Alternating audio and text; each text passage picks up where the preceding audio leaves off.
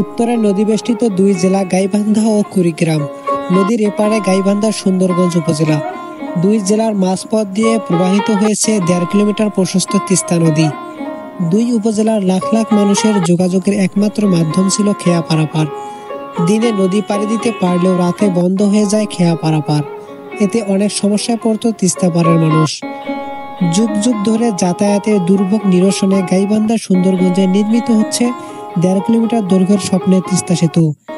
290টি pile, 155টি গার্ডার, 30টি pillar, 28টি span, সেতুর দুই পাশে 1 কিলোমিটার করে সংযোগ সড়ক পূর্ণাঙ্গ রূপ দিতে ব্যয় হচ্ছে 366 কোটি 58 লাখ টাকা।